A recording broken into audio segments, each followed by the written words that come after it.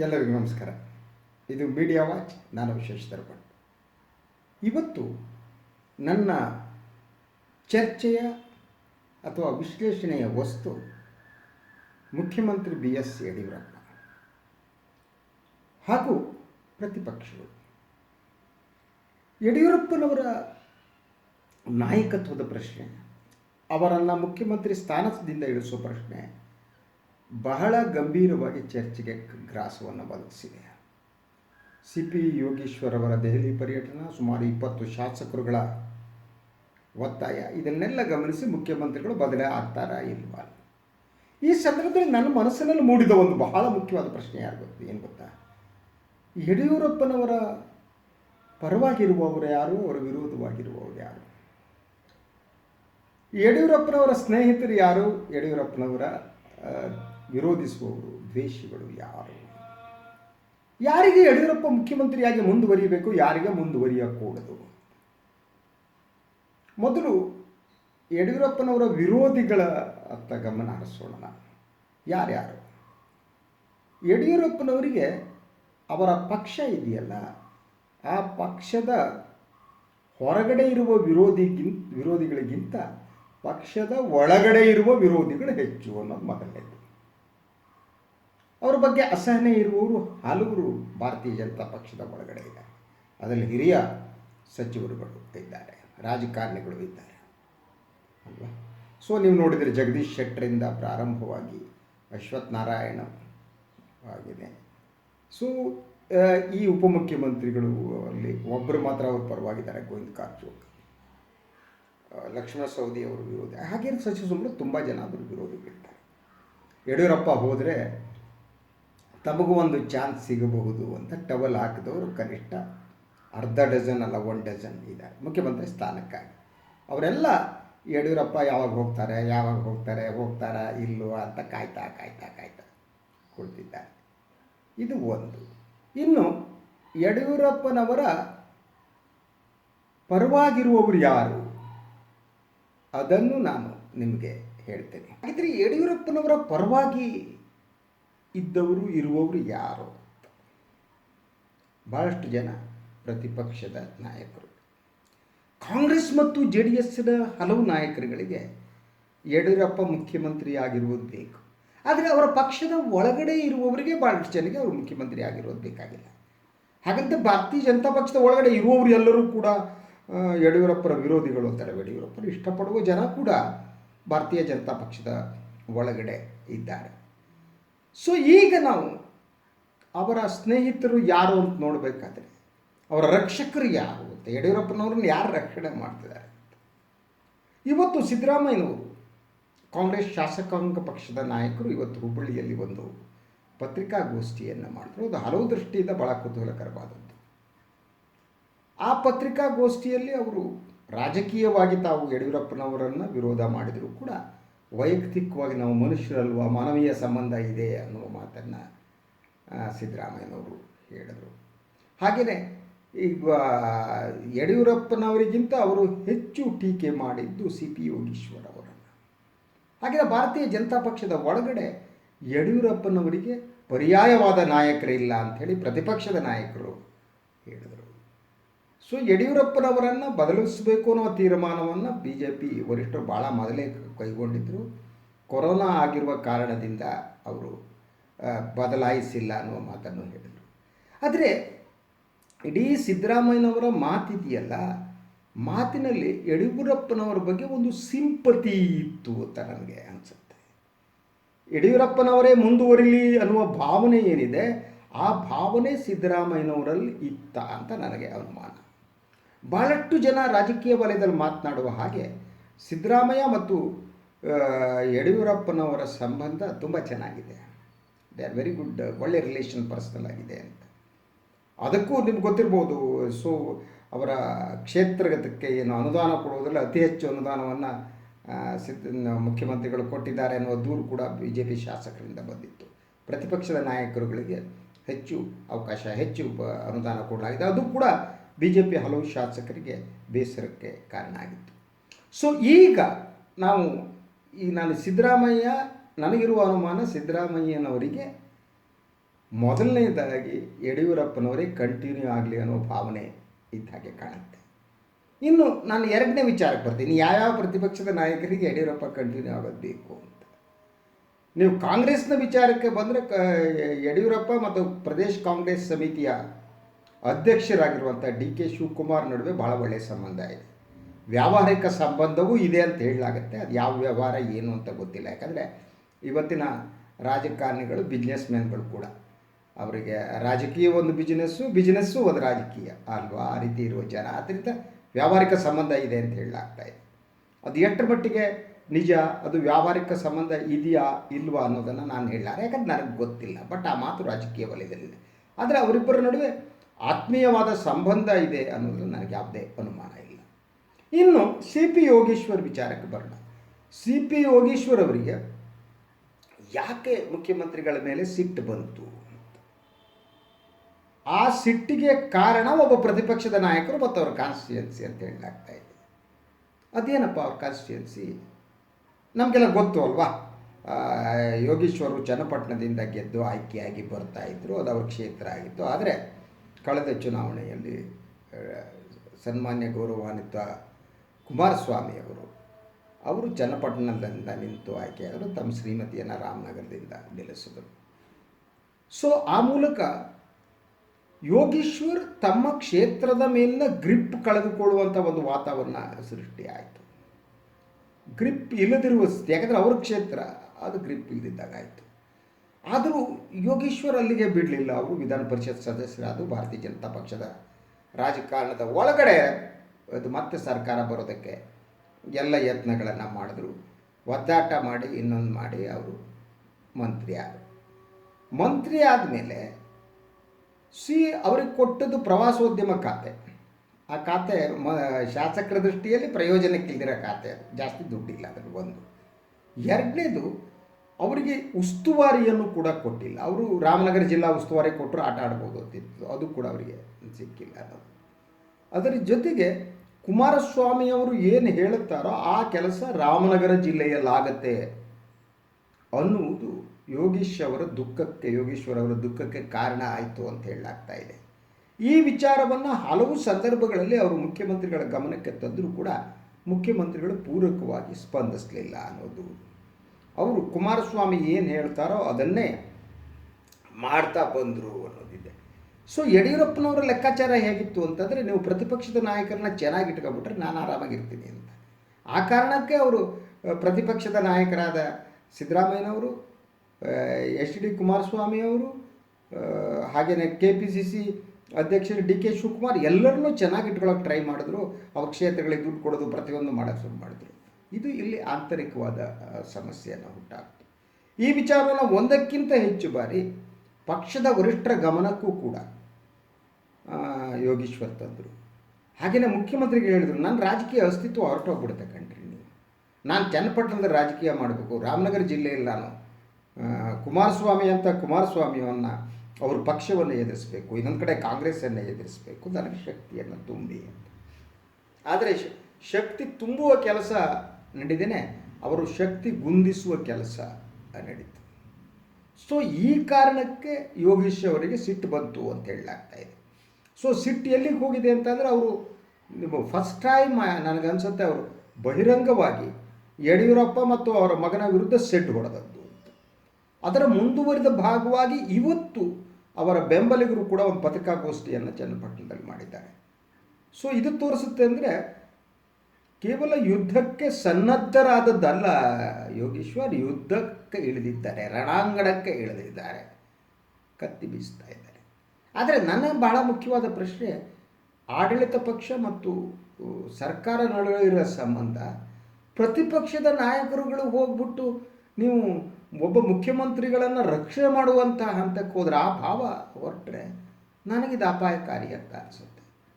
ಕಾಂಗ್ರೆಸ್ ಮತ್ತು JDS ಮಾಡಬೇಕಾದ ಪ್ರತಿಪಕ್ಷದ ಕೆಲಸ ಅಂದರೆ ಈ ಸರ್ಕಾರದ ವೈಫಲ್ಯವನ್ನು ತೋರಿಸಬೇಕು. ಸಾಧ್ಯ ಆದರೆ ಈ ಸರ್ಕಾರ ಹೋದರೆ ಹೋಗಲಿ ಅನ್ನೋ ಸ್ಥಿತಿವರೆಗೆ ಹೋರಾಟ ಮಾಡಬೇಕು ತಾವು ಅಧಿಕಾರ ಬರೋದಕ್ಕೆ.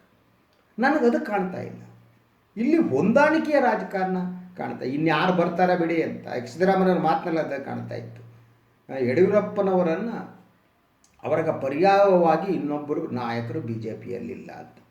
ಸೊ ಒಂದು ಸಿದ್ದರಾಮಯ್ಯನವರ ಈ ಮಾತು ಏನಿದೆ, ಈ ಮಾತು ಒಂದು ರೀತಿಯಲ್ಲಿ ಮುಖ್ಯಮಂತ್ರಿಗಳ ರಕ್ಷಿಸುವ ವಾತಾವರಣವನ್ನು ಸೃಷ್ಟಿಸುವುದಕ್ಕೆ ಕಾರಣ ಆಗಿದೆ. ಅಂದರೆ ಇದು ಬಿ ಜೆ ಪಿ ವರಿಷ್ಠರಿಗೂ ಕೂಡ ಒಂದು ಸಂದೇಶವನ್ನು ಕೊಡುತ್ತೆ. ಏನೇ ನಡೀಲಿ ಕರ್ನಾಟಕದಲ್ಲಿ ಪ್ರತಿಪಕ್ಷಗಳು ಕೂಡ ಯಡಿಯೂರಪ್ಪನವ್ರ ಜೊತೆ ಇವೆ. ಇಂತಹ ಸಂದೇಶವನ್ನು ಈ ಮಾತು ಕೊಡುತ್ತೆ. ಇದು ಸಿದ್ದರಾಮಯ್ಯವ್ರಿಗೆ ಗೊತ್ತಿಲ್ವಾ ಅಂತ. ಗೊತ್ತಿದ್ದೇ ಆಡಿರ್ತಾರೆ. ಅವರಿಗಂದರೆ ಇನ್ಯಾರೋ ಬರೋದಕ್ಕಿಂತ ಇವರೇ ಇರಲಿ ಕಣ್ರಿ, ನಾವು ಹೇಳಿದ ಕೆಲಸ ಮಾಡಿಕೊಡ್ತಾರೆ ಅಂತ. ಯಾಕೆಂದರೆ ಪ್ರತಿಪಕ್ಷಗಳನ್ನು ಕೆಲಸವನ್ನು ಭಾಳ ಚೆನ್ನಾಗಿ ಮಾಡಿಕೊಡ್ತಾರೆ ಸನ್ಮಾನ್ಯ ಯಡಿಯೂರಪ್ಪನವರು. ಸೊ ಇದು ರಾಜಕೀಯವಾಗಿ ಜನತಂತ್ರ ವ್ಯವಸ್ಥೆಯಲ್ಲಿ ಸರಿನಾ ಅನ್ನೋ ಪ್ರಶ್ನೆ ಏನಿದೆ ಅದನ್ನು ಕೇಳಲೇಬೇಕು. ನೀವು ಒಳ ಹೊಂದಾಣಿಕೆಗಳು ಜನತಂತ್ರ ಕುಸಿಯುವಂತೆ ಮಾಡ್ತವೆ. ಪ್ರತಿಪಕ್ಷ ಮತ್ತು ಆಡಳಿತ ಪಕ್ಷದ ನಾಯಕರನ್ನ ಜೊತೆ ಒಳ ಹೊಂದಾಣಿಕೆ ಇದೆಯಲ್ಲ, ಅದು ಕೂಡ ಒಂದು ಅನೈತಿಕ ರಾಜಕಾರಣದ ಭಾಗ ಅಂತ ನಾನು ಅಂದ್ಕೊಂಡಿದ್ದೇನೆ. ಅದರಂತೆ ಕುಮಾರಸ್ವಾಮಿ ಅವರ ರಾಜಕಾರಣ, JDS ರಾಜಕಾರಣ ಭಾಳ ಇಂಡಿವಿಜುವಲಿಸ್ಟಿಕ್ ಆದದ್ದು. ಅವರು ತಮ್ಮ ರಾಜಕೀಯ ವೈರಿಗಳನ್ನು ಮುಗಿಸುವುದಕ್ಕೆ ಬೇರೆ ಬೇರೆಯವ್ರನ್ನ ಬಳಸ್ಕೊತಾ ಹೋಗ್ತಾರೆ. That is their character. So ಅವರಿಗೆ ಯೋಗೇಶ್ವರ್ ಬಹುದೊಡ್ಡ ಸವಾಲು, ಅವರಿಗೆ ಮೊದಲಿಂದ ರಾಜಕೀಯವಾಗಿ ಸವಾಲು. ಸೊ ಆ ಕಾರಣಕ್ಕೆ ಯೋಗೇಶ್ವರರನ್ನು ಮಣಿಸುವುದಕ್ಕೆ ಅವರು BJPಯ ಜೊತೆ ಸಂಪರ್ಕವನ್ನು ಬೆಳೆಸ್ತಾ ಇರುವಂಥದ್ದು. ಅದರ ಜೊತೆಗೆ ನೀವು ಕಳೆದ ಕೆಲವು ತಿಂಗಳುಗಳನ್ನು ತಾವು ಗಮನಿಸ್ತಾ ಇರ್ಬೋದು. ಸೊ JDS ಭಾರತೀಯ ಜನತಾ ಪಕ್ಷಕ್ಕೆ ಏನಿದೆ ಬೆಂಬಲವನ್ನು ವಿಧಾನ ಪರಿಷತ್ನಲ್ಲಿ ಗೊತ್ತೇ ಬೆಂಬಲ ಕೊಟ್ಬಿಟ್ಟು ಅವರು ಹೊರಟ್ಟಿಯವರನ್ನ ಸಭಾಧ್ಯಕ್ಷರನ್ನಾಗಿ ಮಾಡಿದ್ದು. ಈ ಹೊಂದಾಣಿಕೆಯ ರಾಜಕಾರಣ ಇದೆ. ಈ ಹೊಂದಾಣಿಕೆಯ ರಾಜಕಾರಣ ಜನತಂತ್ರಕ್ಕೆ ಅಪಾಯಕಾರಿಯಾದದ್ದು ಒಂದಾದರೆ, ಇತ್ತ ಯೋಗೇಶ್ವರ್ ಅಂತವರು ಬಲಿಪಶು ಆಗಿಬಿಡ್ತಾರೆ ಈ ರಾಜಕಾರಣದಲ್ಲಿ. ಯೋಗೇಶ್ವರ್ ಮಾಡಿರುವ ರಾಜಕಾರಣ ಸರಿ ತಪ್ಪು ಅನ್ನೋದು ನಾನು ವಿಶ್ಲೇಷಣೆ ಮಾಡಲಾರೆ. ಅದು ನೈತಿಕವಾಗಿ ಅವರು ಎಲ್ಲವನ್ನೂ ಸರಿಯಾಗಿ ಮಾಡಿದ್ದಾರೆ ಅಂತ ಕೂಡ ನಾನು ಹೇಳೋದಕ್ಕಾಗಲ್ಲ. ಆದರೆ BJP ಮತ್ತು ಸರ್ಕಾರ, ಯಡಿಯೂರಪ್ಪನವರ ಸರ್ಕಾರ ಅಧಿಕಾರಕ್ಕೆ ಬರುವುದರಲ್ಲಿ ಯೋಗೇಶ್ವರ್ ಕಾಂಟ್ರಿಬ್ಯೂಷನ್ ಇದೆ ಅನ್ನೋದು ನಾವು ಅಲ್ಲಗಳೆಯಲಾರದು. ಈ 16 ಜನ ಶಾಸಕರನ್ನು ಒಗ್ಗೂಡಿಸುವಲ್ಲಿ ಬಹಳ ಮಹತ್ವದ ಪಾತ್ರವನ್ನು ಯೋಗೇಶ್ವರ್ ವಹಿಸಿದರು. ಆ ಕಾರಣಕ್ಕೆ ಯಡಿಯೂರಪ್ಪನವರು ಬೇರೆ ಬೇರೆ ಕಾರಣದಿಂದ ಮನಸ್ಸಿಲ್ಲದಿದ್ದರೂ ಕೂಡ ಅವರನ್ನು ವಿಧಾನ ಪರಿಷತ್ ಸದಸ್ಯರನ್ನಾಗಿ ಮಾಡಿ ಸಚಿವರನ್ನಾಗಿ ಮಾಡುವ ಅನಿವಾರ್ಯತೆ ಇದೆಯಲ್ಲ, ಅದು ಯಡಿಯೂರಪ್ಪನವ್ರಿಗೆ ಬಂದಿತ್ತು. ಅದಕ್ಕೆ ಭಾಳ ಕಥೆಗಳನ್ನು ಹೇಳ್ತಾರೆ, ನಾನು ನಂಬಲ್ಲ. ಯಡಿಯೂರಪ್ಪನವ್ರದ್ದು ಇನ್ಯಾರ್ದು ಅವ್ರ ಮಗನ ಸಿಡಿ ಇತ್ತು, ಯೋಗೇಶ್ವರ ಹತ್ರ ಆ ಸಿಡಿ ತಗೊಂಡು ಹೋಗಿದ್ರು, ವರಿಷ್ಠರಿಗೆ ಕೊಟ್ಟಿದ್ದು. ಇಂಥ ಗಾಳಿ ಮಾತುಗಳೆಲ್ಲ ಹೇಳ್ತೇವೆ. ನಾವು ಗಾಳಿ ಮಾತುಗಳನ್ನು ನಂಬಬೇಕಾಗಿಲ್ಲ. ಸೊ ಹಾಗೆಯೇ ಆ ಒಂದು ಸಿಡಿಯನ್ನೇ ಇಟ್ಕೊಂಡು ಇವರು ಹೀಗೆ ಆಟ ಆಡ್ತಿದ್ದಾರೆ, ಯೋಗೇಶ್ವರು ಹೋದರು ಅಂತ ಮಾತು ಕೇಳ್ತಿತ್ತು. ಆ ಕಾಂಗ್ರೆಸ್ನ ಕೆಲವು ನಾಯಕರು ಇಂಥ ಮಾತುಗಳನ್ನು ಹೇಳ್ತಿದ್ರು. ಸೊ ರಾಜಕಾರಣದಲ್ಲಿ ಇಂಥ ಮಾತುಗಳು ಇರ್ತವೆ ಬಿಡಿ, ನಾನು ಅದನ್ನು ಅಲ್ಲಗಳಿದ್ದಾರೆ. ಆದರೆ ಅದು ಸತ್ಯ ಅಂತಲ್ಲ. ಅದನ್ನೇ ನೋಡ್ಬಿಟ್ಟು ನಾವು ಇದು ಸತ್ಯ ಹೀಗಾಗಿತ್ತು ಅಂತ ನಂಬ್ಕೊಳ್ಳೋದಕ್ಕಾಗಲ್ಲ. ಬಟ್ ಆ ಸುದ್ದಿ ಇತ್ತು.